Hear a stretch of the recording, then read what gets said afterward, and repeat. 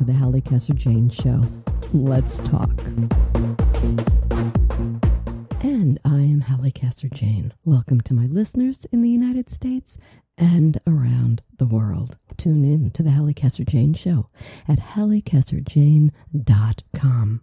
Today on the show, in celebration of spring and America's national pastime, it's Take Me Out to the Ballgame time on the Halli Casser-Jayne Show. When joining me at my table is New York Yankees historian and former publicity director Marty Appel, author of the new biography, CASEY STENGEL, Baseball's Greatest Character. And in our second half hour, we visit with the fascinating Eden Collinsworth, who took a look at a subject on everyone's mind today, morality. In what some people are calling the age of immorality, author Eden Collinsworth has written Behaving Badly, the New Morality in Politics, Sex, and Business.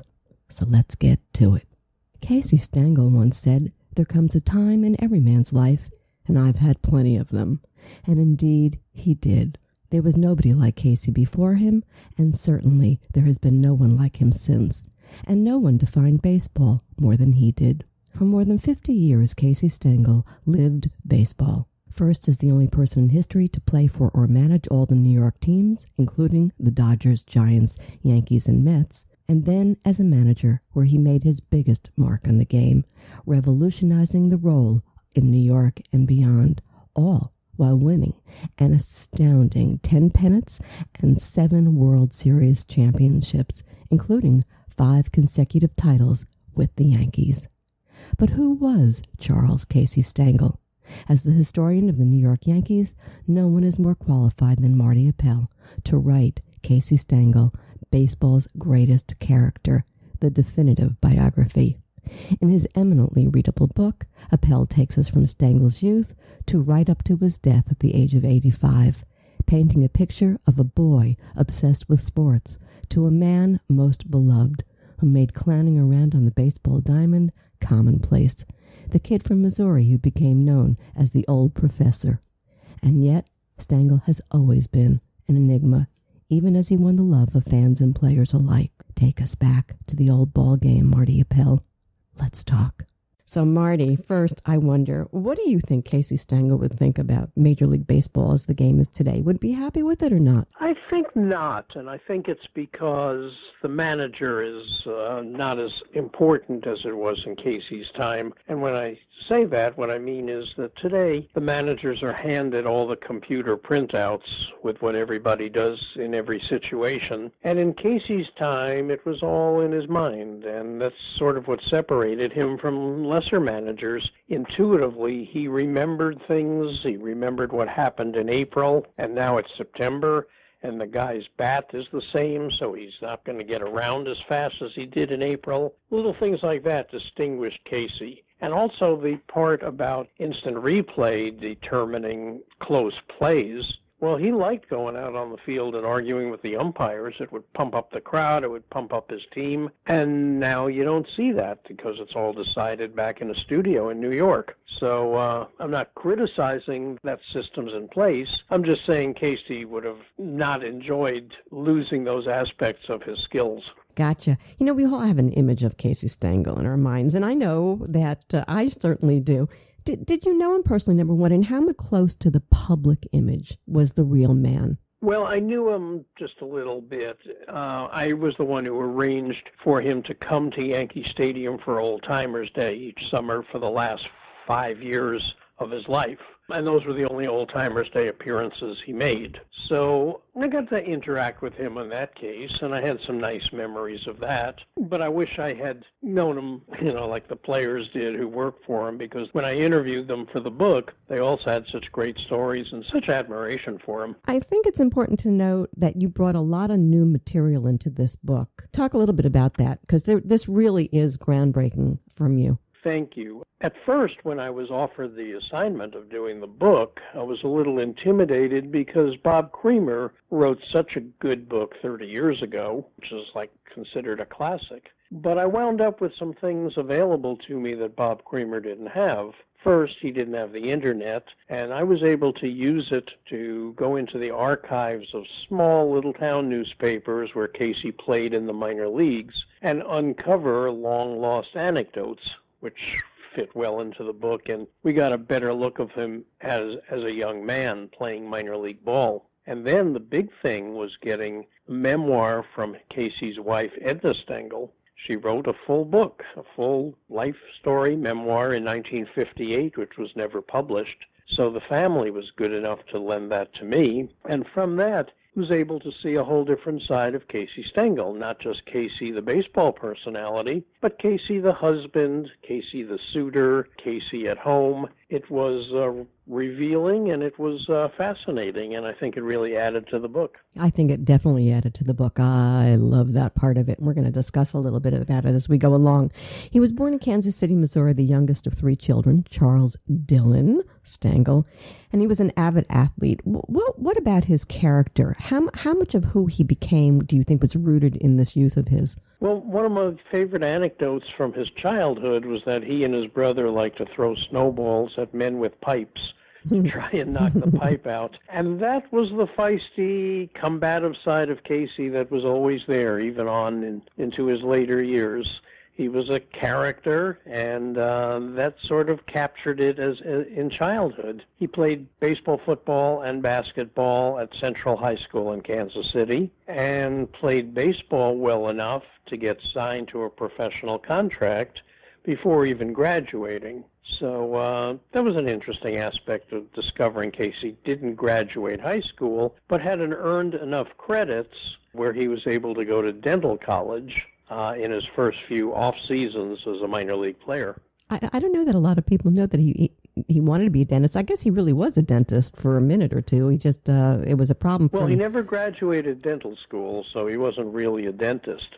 What was fascinating to me was that he went for 3 years or 3 semesters and decided that it wasn't a profession for him because he was left-handed, and it was very difficult to get left-handed dental equipment. My question, which I pose in the book, is what took them 3 years to figure that out?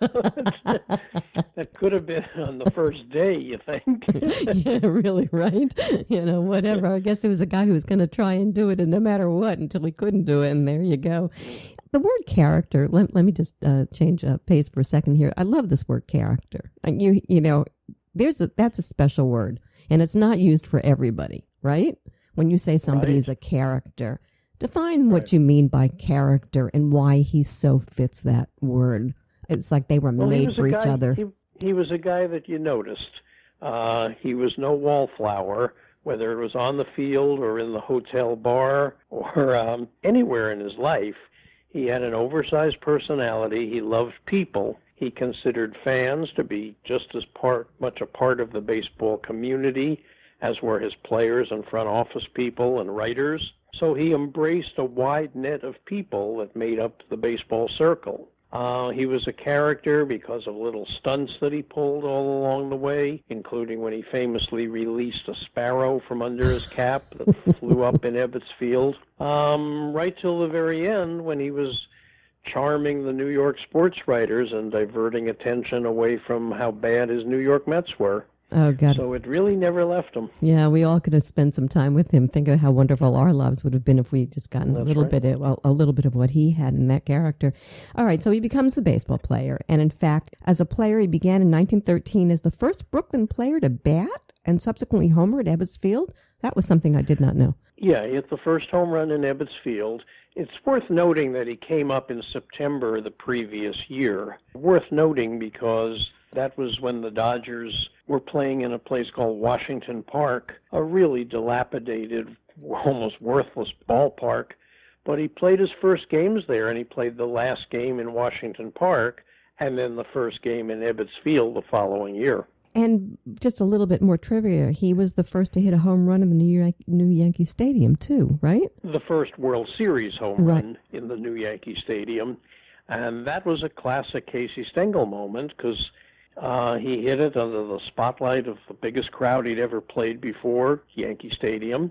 and he was already thought to be an old man by 1923 by baseball standards, and he was huffing and puffing his way around the bases, seemingly yelling out loud, "Go Casey, go Casey," to himself out loud. The fielders heard him as he was chugging around the bases, and he thought while he was circling the bases that he lost a shoe, but it was actually just a little rubber insole that was inserted into the shoe because he had been injured. So this little insert flew out. He thought he lost his whole shoe, and he slid home, and he said to the on-deck hitter, Hank Gowdy, "I lost a shoe." And Hank Gowdy looked down and said, "How many were you wearing?" That's a great one. I love it. You know, that's very funny to me because nobody thinks of him as a baseball player, which is really strange. You know, he is just the manager. But what kind of player was he all in the big picture of it? He played 14 years. He hit .284, so he was a little above average. If they had all-star games back then, he might have been selected once or twice. He had some good years. He had some bad years. It was hard to determine whether he was truly a really good player, but on the scheme of things, a little above average. And what about his heart? Was his heart as a player? Oh, yes. And actually, I should add, in the late 40s, the Brooklyn Dodgers began to assemble these boys of summer, this great team with Jackie and Campy and Duke Snyder and everything. Before that era, if you talked about the best outfielders in Brooklyn Dodgers history, Casey's name would be in the conversation. I mean, it wasn't a lot to choose from because they weren't very good all those years, but Casey would be in the conversation. I think that's important to mention, particularly to the new generations that may not, be aware of that. I want to talk about his name because I know, but I don't know that a lot of people understand how he got the name Casey. But he was Dutch to begin with. I think of Dutch Reagan too, right? Wasn't he also Dutch? That was like the name of the time. Talk to us about how he got to be called CASEY STENGEL. Well, a lot of people's nicknames had to do with where they were from, and the likely scenario is that as a rookie, somebody might have said to him in the clubhouse, "Hey, rookie, where you from?" And Casey might have answered the shorthand for Kansas City by saying KC, and a nickname was born. There you go. I'm talking to you, but I have to tell you something. I think you're a mini CASEY STENGEL. You got a character. You're a character. Oh, no. I think writing the book brought that out. It's terrific. Keep coming. Let's keep talking. I love it. Oh, it's cute. He also had a temper, though, right? There is a story. This was another one that I had never heard. At one point when he was playing, he threw a bat at someone and the police were called. What? Yeah, he had some notable fights along the way, on the field and off the field. It was part of what made him feisty, but also part of what attracted him to a Brooklyn Dodgers scout back in 1912. He was playing in the minor leagues. He was playing near Chicago, Aurora, Illinois, and the scout for the Dodgers was in Chicago, and he took a train, direct route out to Aurora to watch the minor leaguers play. And in Casey, he saw a fairly talented guy, but also he liked that Casey had blonde hair and blue eyes. And he said, "Those blonde hair and blue-eyed kids, they're always fighters." And he liked that. So Casey skipped AAA ball. He went right from the low minor leagues of Aurora into the major leagues with the Dodgers.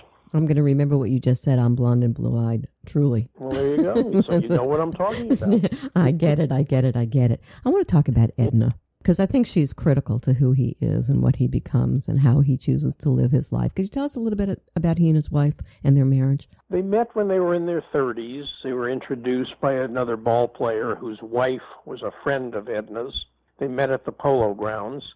Casey, for all his outward personality, I don't think was much of a ladies' man. He was a good dresser and he was a good dancer, but unlike a lot of players who really spend a lot of time pursuing women, I think Casey was all baseball and really not that comfortable in dating situations. But he liked Edna, he was smitten by her, and he pursued her to the point where it was time to ask her to marry him. And as she writes in her memoir, he never really proposed. There was never really a "I love you, will you marry me" moment. They were walking down the street, and he suddenly said, "So, you want me to convert to Catholic or what?"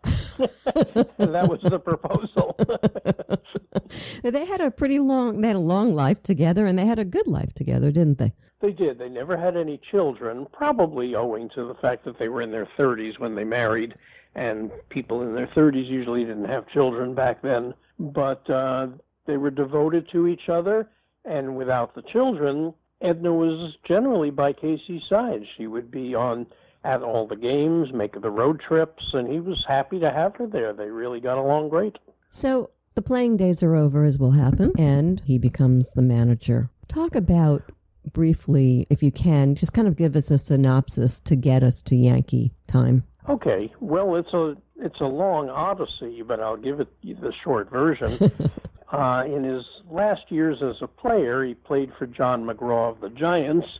McGraw was considered the best manager in baseball, and Casey would sit by his side and learn a lot in the dugout. He'd see a play that he thought was a good play and say so, and McGraw would say, "That wasn't a good play, and here's why." And Casey's eyes would open. He'd really see another side of baseball he hadn't seen before. So he starts out managing in Worcester, Massachusetts, quickly moves up to a high classification team in Toledo, has a winning season in Toledo, but some bad ones as well, has a couple of shots in the major leagues, managing Brooklyn unsuccessfully and Boston unsuccessfully, two low-budget teams without very good players, and without good players, he didn't do very well. Back to the minor leagues, a stop here, a stop there, finally out to Oakland, California, where he wins the Pacific Coast League Championship in 1948.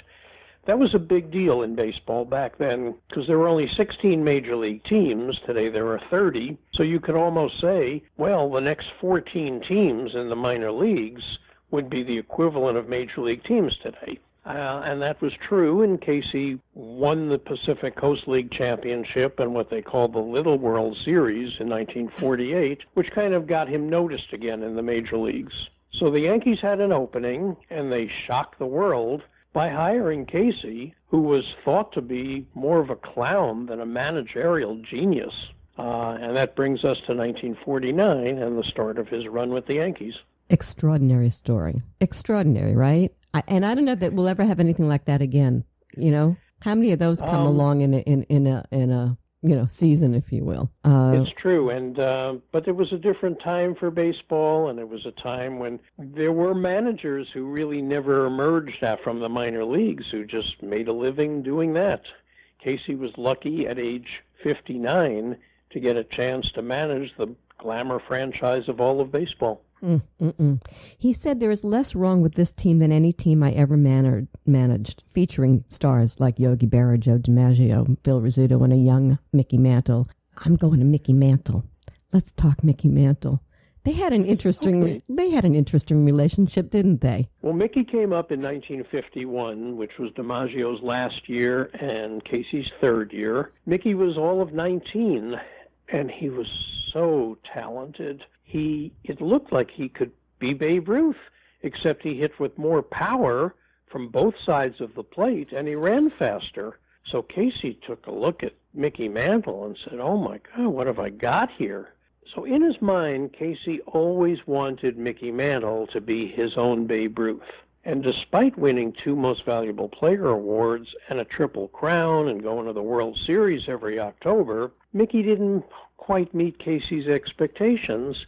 And in the end, Casey always was disappointed that Mickey wasn't even better than he was. It was pretty rough to play under those circumstances, and Casey was never that public about it. But that's the way he felt, that Mickey still had greater promise than he showed. To me, that's extraordinary. Now, you know that I knew him, right? Because we talked off air how well I knew him. And in my house, by the way, you couldn't listen to a baseball game and talk when you were eating. I mean, you had to take your plate went outside if you dared to talk while my dad was listening to a game. But I mean, I don't get that. But is there something I need to get to understand why he was so disappointing? No, I think it was pretty clear cut. Casey was a meat and potatoes guy. There weren't any subtleties with him. Mm-hmm.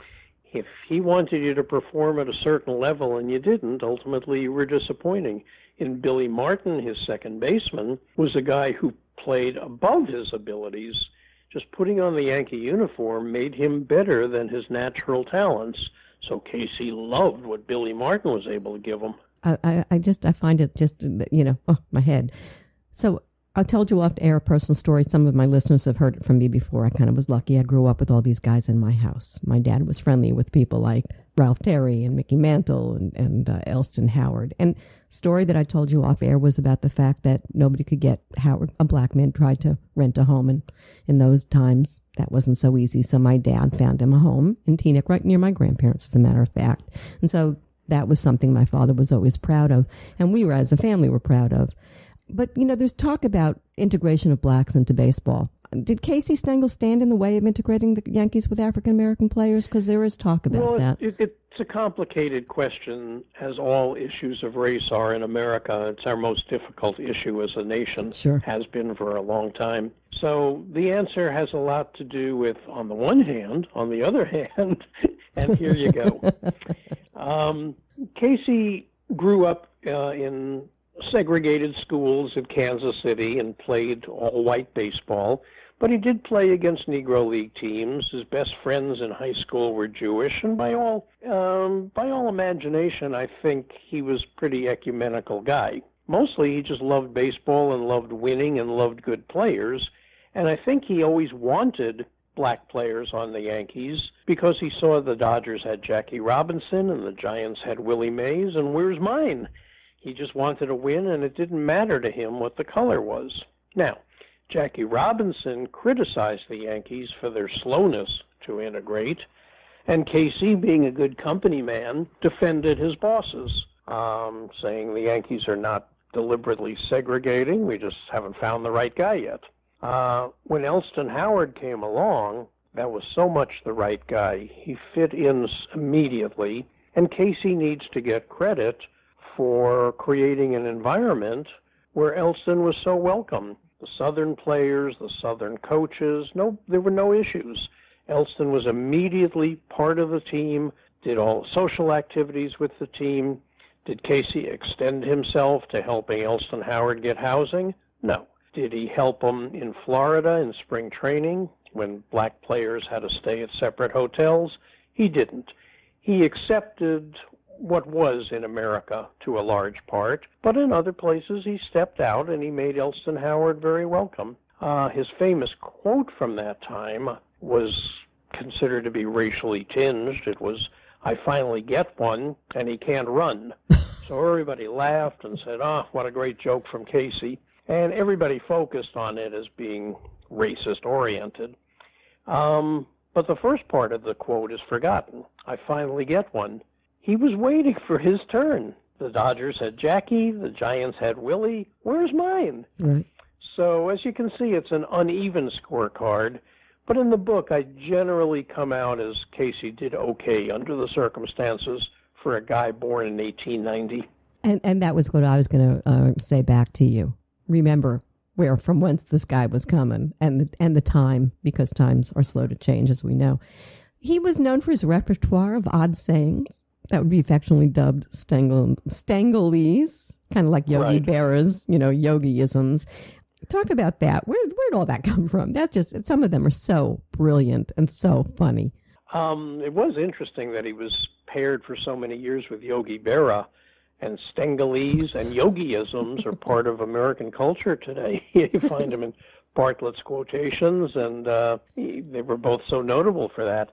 Yogi-isms used to be 2 or 3 word sentences with a lot of grunts thrown in, and then you'd later on figure out, it was brilliant. With Casey, they were just the opposite.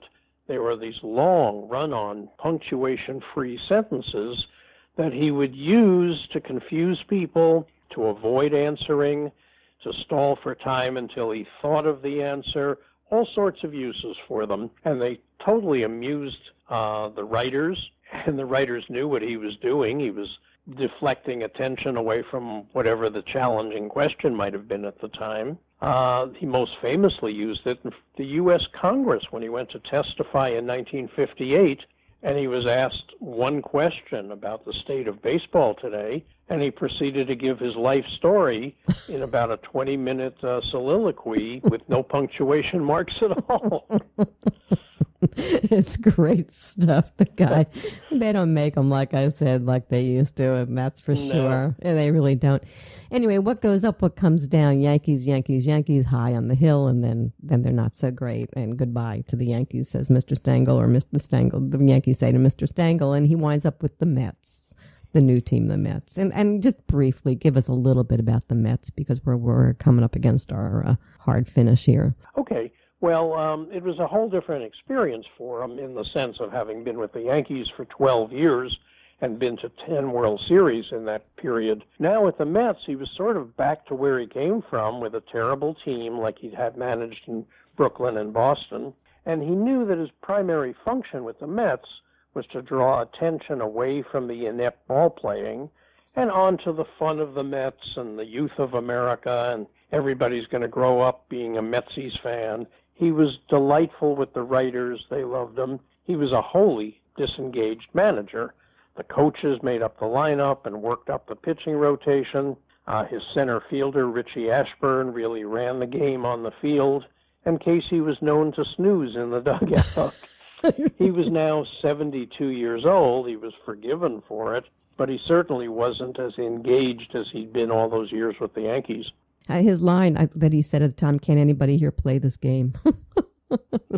Right, which Jimmy Breslin, who just passed away, turned into the title of a book, which just further helped make the Mets charming. Absolutely.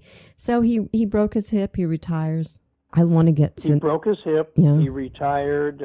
He probably would have chosen to go on, but he knew if he couldn't go out to the mound to take out a pitcher, then he was no longer going to manage. So he spent the last 10 years of his life in retirement in Glendale, California, where he lived a great life just being Casey Stengel. He also was inducted into the Baseball Hall of Fame, and they broke the rules for him, right?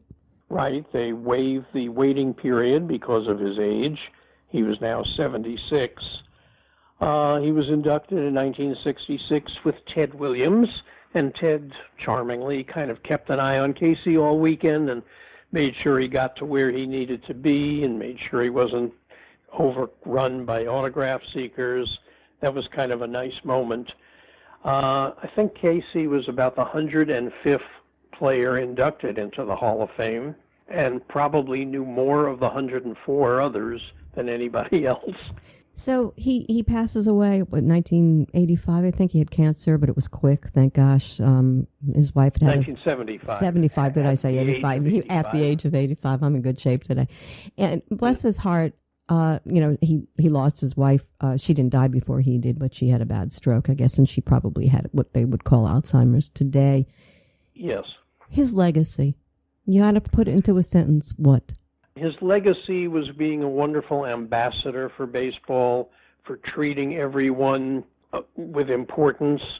If you were in the baseball encyclopedia and you played one game, he concluded, you were great. You were good enough to be in the major leagues, even if it was for one day. The autograph seekers at the airport, they were part of the family. He had all the time in the world for them. So he brought the joy of the game for 55 years to this wide net of people.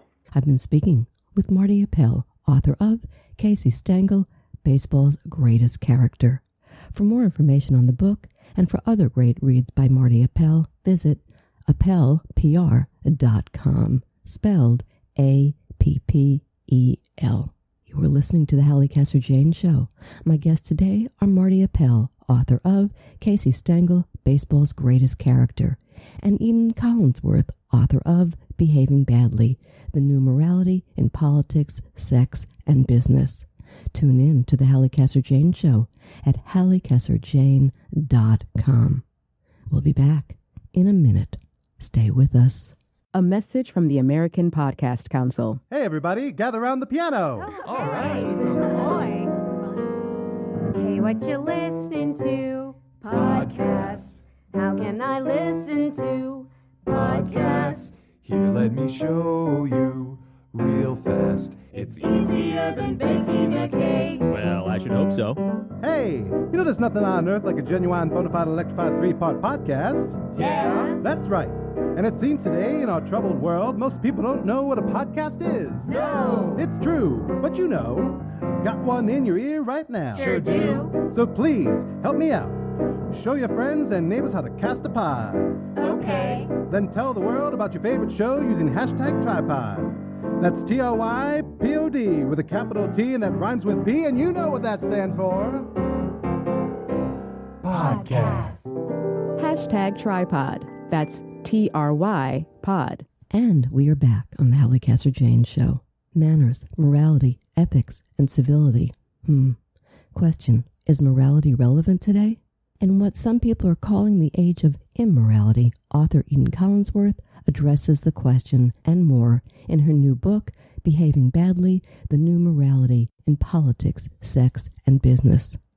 To call these unsettling times is an understatement. Our political leaders are less and less respectable. In the realm of business, cheating, lying, and stealing are hazily defined. And in daily life, rapidly changing technology offers permission to act in ways inconceivable without it. Some might say that we live in a time of a complete free-for-all. Eden Collinsworth argues that people still draw lines around what is acceptable and what is not. And she sets out to understand how and why in Behaving Badly, in which she seeks out, among others, a prime minister, the editor of the Financial Times, a Holocaust survivor, a pop star, and a former commander of the U.S. Air Force for her answers. Collinsworth is the author of I Stand Corrected, How Teaching Western Manners in China Became Its Own Unforgettable Lesson. Let's talk. So first of all, Eden, thanks for being here. I was telling you off air how I had just told my producers that I wanted to do a show on morality, and then your publicist gets in touch with me like within seconds. It was like we were supposed to meet and have this terrific conversation. I know it's about to take place. Now, let's talk morality. My grandmother, I know right now, is rolling in her grave. I know your mother wasn't too thrilled with. I don't doubt that. Mine is too. Right.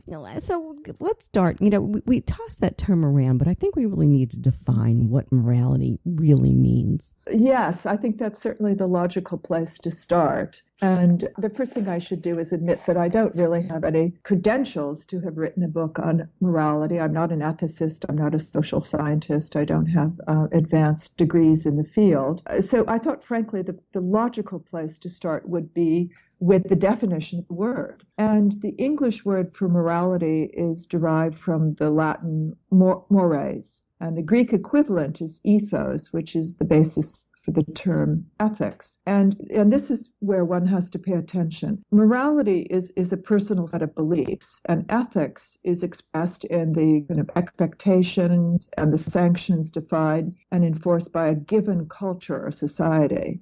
And so quite often ethics and morality come into total contradiction. So, for example, a lawyer's ethical obligation is to defend to the best of his or her ability a client, even when what that person has done offends the lawyer's own moral sense. And the qualifier in terms of morality is that nuanced reminder that, in fact, it occurs within a cultural group. And so one might assume that there's a universal meaning, but in fact, there isn't. And so that's where it gets, frankly, very confusing and often upsetting, because I think now, more than ever, we are so interconnected, but what we forget is that, in fact, people are operating within cultural silos. Not being somebody who has made this career and studied it, what brought you to it yourself? Oh, God, well, it had a very circuitous route. I spent a year in China writing a book for Chinese on Western business practices. And I had been in and out of China the better part of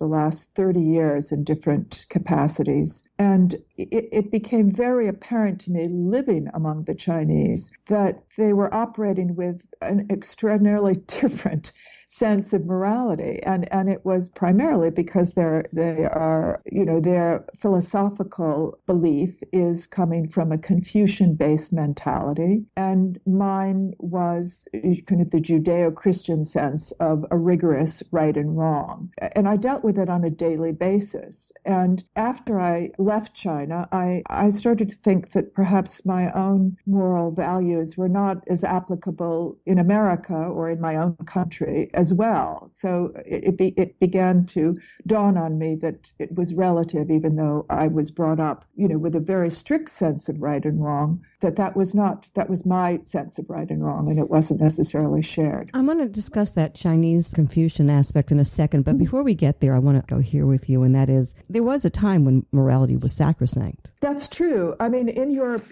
you speak of your grandparents, but in fact, it was probably even more recent. And even though no single generation can claim a kind of peerless contribution to ethical behavior, certainly in my parents' time, morality was very much a rule book, and some parts of that rule book were kind of enshrined as decent behavior, and others were implicit. And, that's simply no longer the case. And it's very dumbfounding for a great many of us. But the fact is that morality has been blurred in so many areas, in politics, in business, in popular entertainment, and most especially in our daily lives because of technology. There is no standard. To so much in life, there's a standard, there's a meme, there's a line, and it seems to, you use the term blur, and I think that's a great term, but I think that it's something that happens very slowly, that going away, that disappearing, that we're going to break the rules kind of thing, and I think we'll discuss that as we go forward.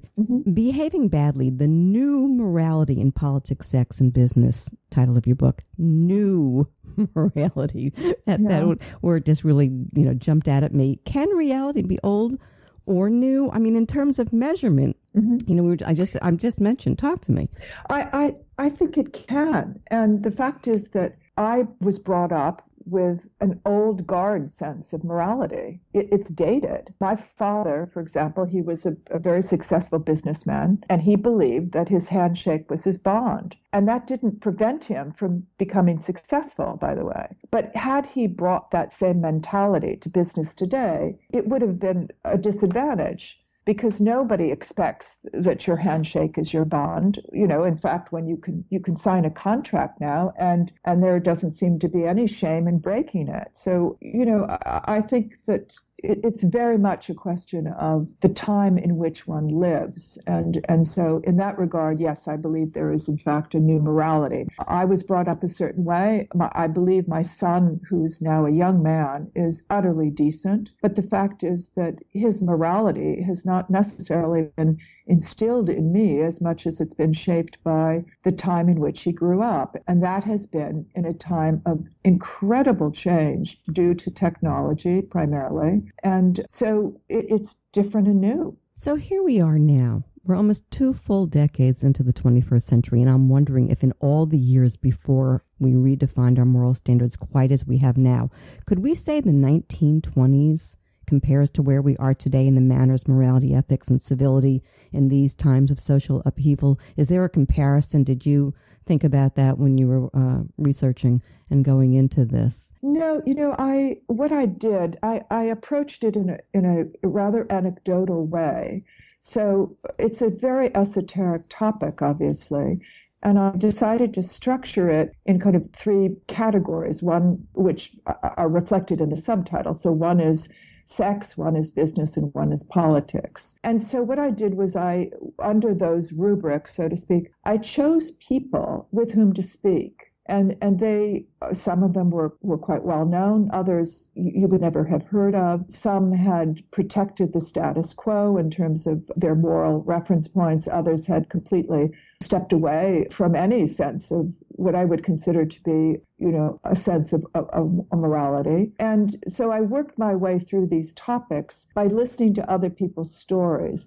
And quite honestly, often is the case that you cannot possibly compete with fiction when you hear somebody's story. And so, with each of these categories, I moved my way through fundamentally to the same conclusion, which is people are human and they will make human choices. So if you look at, in business, if you look at something as recent as the scandal within the automobile industry with, them rigging the emissions standards or trying to outwit them. If you look at the Panama Papers where the very rich were, simply outwitting the tax system, it absolutely ran across all cultural divides. There were Chinese, there were people from the Netherlands. It didn't really matter. together. And the conclusion that one has to come to is human beings will do what human beings do. And around money, it's usually results are rather disappointing.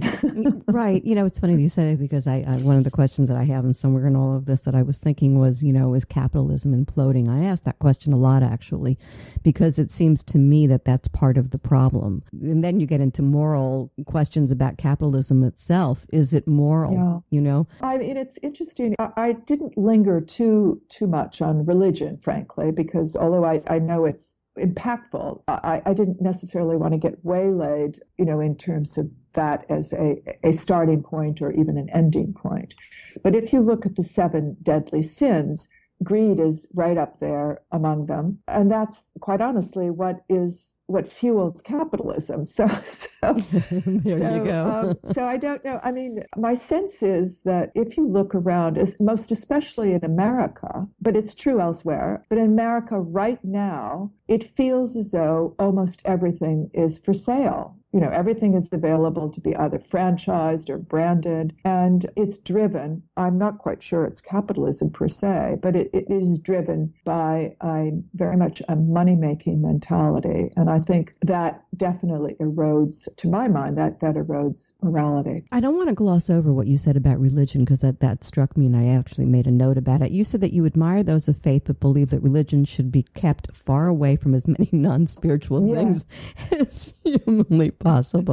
But let me take this thought out one further place. As organized religion has less of an influence on people's lives today. I mean, they're showing that people aren't going to church or synagogue, and it's fallen off the wayside. Is there a correlation between decency or decline of decency? My sense is that, first of all, I do indeed admire people of faith. There's nothing that I could say or write that would somehow demean that, because it's my belief that religion, in fact, instills hope and courage and reciprocity. Organized religion has sometimes veered into very bad ways. And I think that what you see in terms of the church, an unwillingness to accept that there have been paradigm shifts, and as a result that they have been kind of left behind. And a very interesting example is Ireland. I mean, during the course of writing this book, it took me a year. I deliberately set it for a year because that was the narrative arc. So there are various current events that transpired during the course of that year. One of many, I guess, because it's been a rather dramatic year, was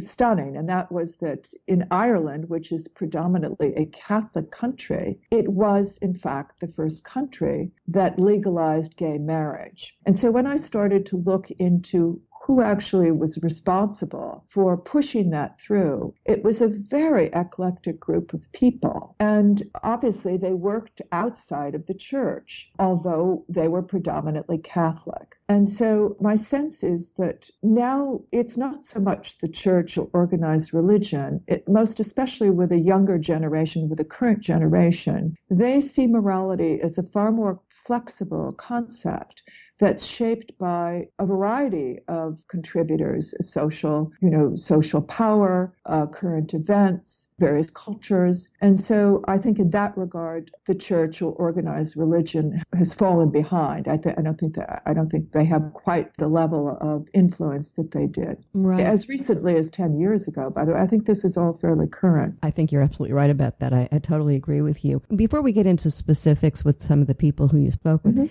I want to talk to you about also social media, because I think that part of this is, you and I are talking right now, and we're not looking at each other. We're virtually on the phone, so to speak. I feel like I know you. I'm sure you feel like you know me.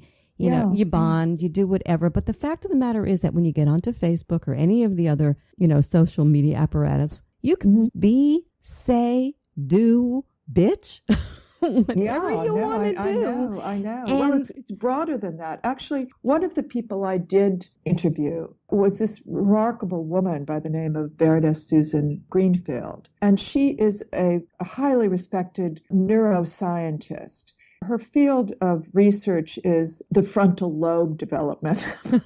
And she's particularly interested in young children and older people and what happens to the brain. And her point to me was that the brain is an incredibly sophisticated, sensitive organism that evolves. And so over the last 500 years, the frontal lobe, which is all about, frankly, empathy, putting things in perspective, making plans, modifying your thoughts, that has grown. I mean, it's physically grown. And that is the very area, quite honestly, that allows one to behave empathetically. But her point was a simple one, but rather profound and long-lasting. And that is that she believes that empathy, which is very much a cornerstone of morality, is acquired. You're not necessarily born with it. And it's a skill almost, and it comes with interfacing with people. In other words, I don't see you, but there's a great deal conveyed in our voices, and you could probably read my pauses. I listen carefully to the intonation of your voice. And it's even more so if I were sitting across from you, I could read your facial expressions and your body language. Her point is this, and she's not saying this is right or wrong, or it's going to make people less empathetic or less moral. She said that it actually is rather too early to tell, because that first generation that's grown up more on the screen than off is not yet in their teens. But she said that there are real implications, that if you are literally spending more time in front of a screen or listening, I mean, now people more and more are using phones not necessarily to talk but to text, that skill set is diminished and is not developed, and that has real implications. And I think that does have a lot to do with it, because you can hide behind a lot of this technology today and not really have to be anything other than what you choose to be. We got to move on. Testing the boundaries. I'm interested in the decline of moral turpitude in our politics, but I want right. Oh God, it's gone very quickly. Oh my God, it's like jung. But I wonder if the decline of morality amongst our politicians, this is an interesting thought, isn't reflective of our decline of moral standards and ethics in society, or if it's the other way around. No. Who's struck whom first? I think that's true, frankly, in so many areas when you're discussing morality. Politics affects us all, and this last year has been completely stunning. And I'm not entirely sure. All I can tell you is that, time will tell if we're speaking specifically of Donald Trump. Mm-hmm. Will tell. But if morality is in fact the sum total of what we expect of each other, how we treat one another, then in fact he's already kind of re-imaged this nation. And I don't know whether people have always thought the things that they're now saying, but certainly they're feeling at liberty to say those things out loud. And as a result, even the vernacular has now been allowed to weave into the fabric of the language, and therefore, I think, the culture. And at one point, I had come to New York. This was after the election, and I had an appointment uptown, and so I was downtown, and I took the subway, and it was very crowded, and somebody inadvertently pushed someone else. And the person who was pushed was furious. This was at 8 o'clock in the morning, and turned to the man and said, called him a loser and told him to get out of our country. Get out of my country is what he said. That is language that he's heard. He might have always thought that. I would like to think not, but perhaps I'm wrong. But he never would have said it.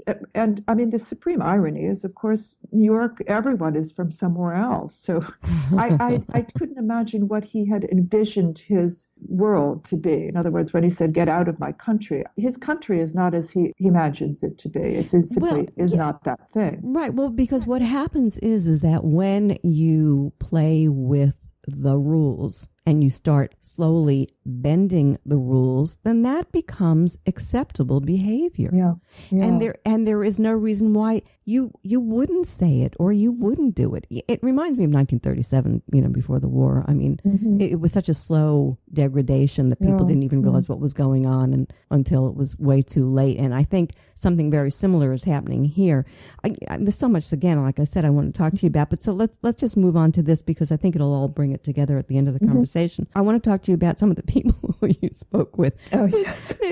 This one kills It's me. kind of a rogues gallery. It's a rogues gallery only in the fact that because it explains so much, doesn't it? I mean, how do we get from A to Z? Well, here you go. Let's talk about founder of Ashley Madison, a website for married people looking to have illicit.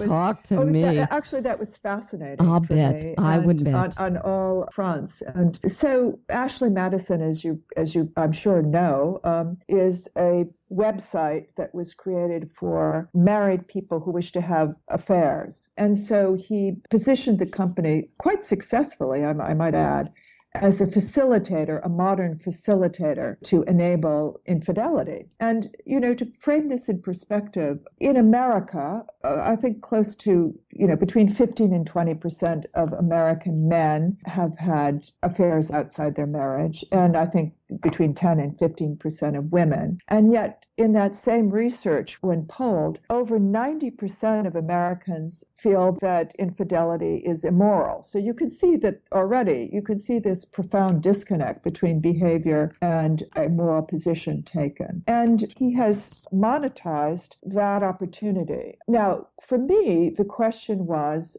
does technology enable a moral shift? Or does it facilitate it? And it's the same circular question that, you and I have been speaking of. What comes first? I cannot help but believe that making it easier makes it easier.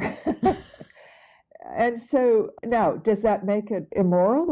I've learned long ago not to discuss anything related to sex, in or out of my country, because everything is relative. But I have my own beliefs. And whether or not they're germane anymore, I cannot say. My belief is that when you have what's crucial in a marriage is trust, and inevitably when one partner is unfaithful without the other partner knowing, I would guess that that's a terrible breach in trust. But again, my own opinion of marriage and other issues might be completely academic. But let me put my 2 cents in here, because I this fascinates me, because I think it's about the infrastructure. And once you start to dismantle the foundation of any enterprise, of any legal bond, it's a slow, it's a slippery slope. It's not like marijuana. We're talking about basic foundational aspects of society. And I think we learned from the 60s that the minute you say, well,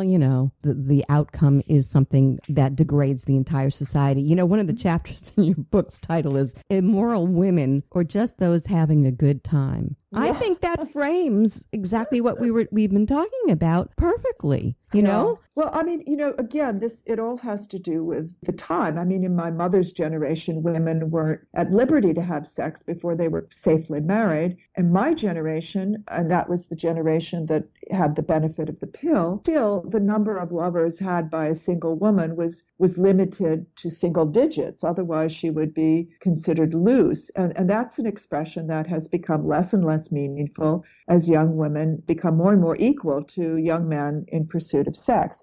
Does that mean that women are men? I don't think so. I really don't think. I think they have rather a different approach. I think they come with a set of emotional expectations, perhaps before men do. Yeah, but is that learned behavior? You have to get into that question too. I'm not sure. And the question is, does the technology enable women now to be, just as, exploratory, or in other words, the question becomes, and again, this is the circular question, has conventional morality held women's sexual appetite and curiosity and activity in check, or not? Or is it that, technology now has enabled women to make their intentions clear, and their intention is to just as men, to enjoy sexual relationships without emotional connections?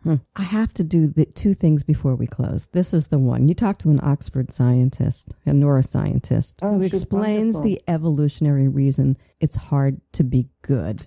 Yes. And I think that that's the most powerful thing in terms of this conversation about morality. Is it hard to be good? It is, actually. Well, I mean, there's always a balance. So I think when societies they're most successful, there's a dialogue between the two. And so the two inclinations. So, to advance in a group of people, you cannot afford to be selfish. You simply can't, because it's, you're part of a larger group. If you're left on your own, actually, if you're selfish, you become extremely successful. But when you then are introduced, whether it's a corporation or running a country or being being in a sports team, or or being in a marriage, by the way, which is all about compromise, I think, then you have to somehow sideline that selfishness. But instinctively, I think we are selfish beings. It's just that simple. What's remarkable are the acts of courage where people have done things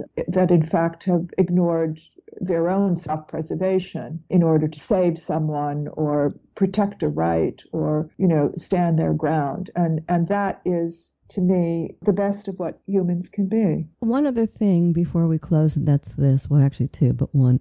One is about the fact that today we use celebrities as our moral compass. Now, back in the day, even before yours and my time, there were celebrities and everybody held them up to great esteem, but they were also managed, and all the ugliness was never allowed out there. Now, the best way to become a celebrity is to have a sex tape or some craziness. I mean, it's the complete... I know. Who would have thought that? If I weren't so old, I would say. Maybe. I mean, it's just bizarre. It's just utterly bizarre. It is. But it's also, I must say that having lived in so many countries outside of my own, this is rather specific to America. I mean, there is, I don't know who said it, but it was that in America, everything eventually becomes entertainment. And so I think, there is that status here, and you simply don't see it to that degree elsewhere. And I don't know why, but, here we are here, and it's of enormous importance. And, people who are celebrities, I wouldn't even call them actors. I mean, some of them are simply celebrities, but they feel they can weigh in on political issues. They, it's very, to Europeans especially, they find it rather. It's a conundrum, right? Well, it is, and it's also not kind of unimpressive. I said something to one of my business friends yesterday about acting versus reality stars. And it used to be, we had a president who was an actor. Well, they're all actors, aren't they? But I think to a degree. Of course. The current president is a reality star. He's a reality star. That's why he's so bad at what he does, because he's a reality star. He's not an actor. He doesn't know how to play the acting role, to play the game. He's no FDR. He's no Reagan. He just doesn't have it. I don't, quite honestly, and I'm speaking on my own behalf, but I don't think that he has the brain, the wherewithal. I mean, he looks as though he's got a frighteningly short attention span. He doesn't read. He has no experience. He seems to me completely unabashed. And so at his core, totally immoral, which is why I wanted to do this show. And he is. He has nothing. He stands for nothing. Yes, I think what's really quite disturbing, I think, is that he's congregated people around him who I can't find any serious morality. No, there aren't. But I've got to tell you that he will not fail because he's immoral. He will fail. If he fails, it's because he will have hurt the people that voted for him. He will not be able to keep his promises. He will hurt those people. And that is what will derail him, not the fact that he's immoral. Well, no, because many people think that he should be called out, he should be punished. No, he won't fail unless he fails in a certain way. It has nothing to do with ethics or morality. He can't fail in a moral way when the people who follow him have made no moral judgments themselves concerning what they want out of their president. It is completely hedonistic. It's completely self-serving. This is what I want, and I'll throw the baby out with the bathwater if I need to, if this guy's promises can get me what I need to know, even though I know that he's not the most moral man in the world. You and I are not the people who have lost their jobs and have no hope whatsoever. And so I'm the first to admit I have lived in a bubble. I will continue to for the rest of my life. And I will never know or understand their suffering and the fact that they've lost hope. So he has made promises, and they could care less what he says on a bus, whether it's demeaning to women, repulsive. They don't. It doesn't matter. What matters to them is a paycheck and hope. If he fails on that, then he'll be out. When we loosen the moral standards, did you think about this? Is there any way to go back? No going back. Not with technology. What's happening is quite the opposite. Technology is hurling ahead, and we can barely keep up with the moral implications of it. But I do think that there, as I said, there's always a push and pull. And I would like to think that we will find our way back to the center. I've been speaking with Eden Collinsworth, author of Behaving Badly. Miss Collinsworth has been featured in, among others, The Telegraph, The New York Times, Vanity Fair, and she has appeared on BBC News, CNN, and Bloomberg, to name a few. For more information on Eden and her work and where to purchase her book, please visit EdenCollinsworth.com. Thanks so much for tuning in to the Halli Casser-Jayne Show, a production of RESEC LLC. The Halli Casser-Jayne Show posts new podcasts Wednesdays, 3 p.m. Eastern. Visit HalliCasser-Jayne.com.